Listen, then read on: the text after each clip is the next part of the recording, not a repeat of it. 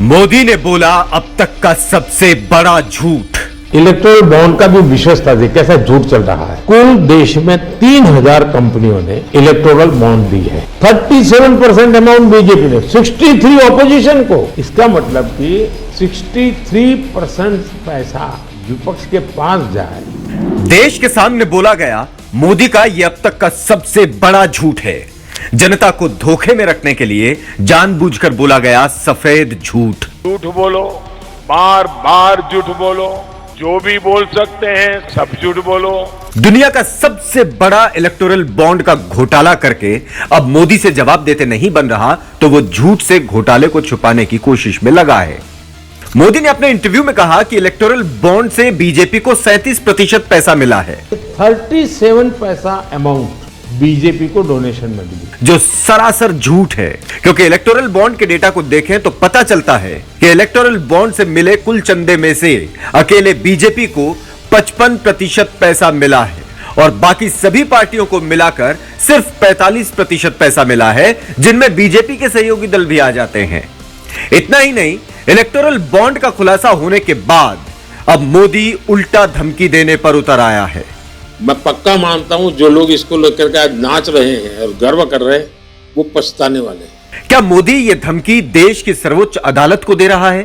क्योंकि supreme court ने ही electoral bond को असंवैधानिक बताते हुए रद्द किया है। जिस इलेक्टोरल बॉन्ड को सुप्रीम कोर्ट ने फ्रॉड कहा, मोदी बड़ी बेशर्मी से उसे सक्सेस स्टोरी बता रहा है। यह तानाशाही नहीं तो और क्या है? क्या इस तरह की तानाशाही से चलेगा भारत? इलेक्टोरल बॉन्ड का डेटा चीख चीख कर कह रहा है कि यह दुनिया का सबसे बड़ा घोटाला है। मेघा इंजीनियरिंग ने बीजेपी को 140 करोड़ का चंदा इलेक्टोरल बॉन्ड से देकर महाराष्ट्र में 14,400 करोड़ के सरकारी ठेके लिए। जिन दवा कंपनियों के सैंपल फेल थे, उनसे भी बीजेपी ने करोड़ों का चंदा लिया।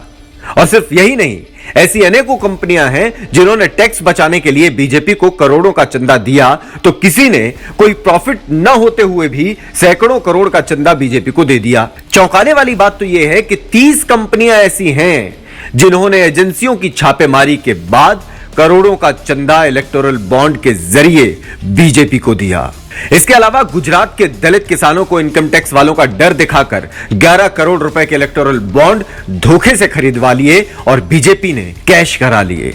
लेकिन दूसरी तरफ मोदी बेशर्मी से इतने बड़े घोटाले को सिर्फ छुपा ही नहीं रहा, बल्कि झूठे केस बनाकर चुनी हुई सरकारों को खत्म करने का घटिया षड्यंत्र भी कर रहा है। और इसी कड़ी में बिना सबूत दिल्ली के चुने हुए मुख्यमंत्री को जेल में कैद कर लिया, वो भी उस शरत रेड्डी के बयान पर जिसने बीजेपी को 60 करोड़ का चंदा इलेक्टोरल बॉन्ड से दिया।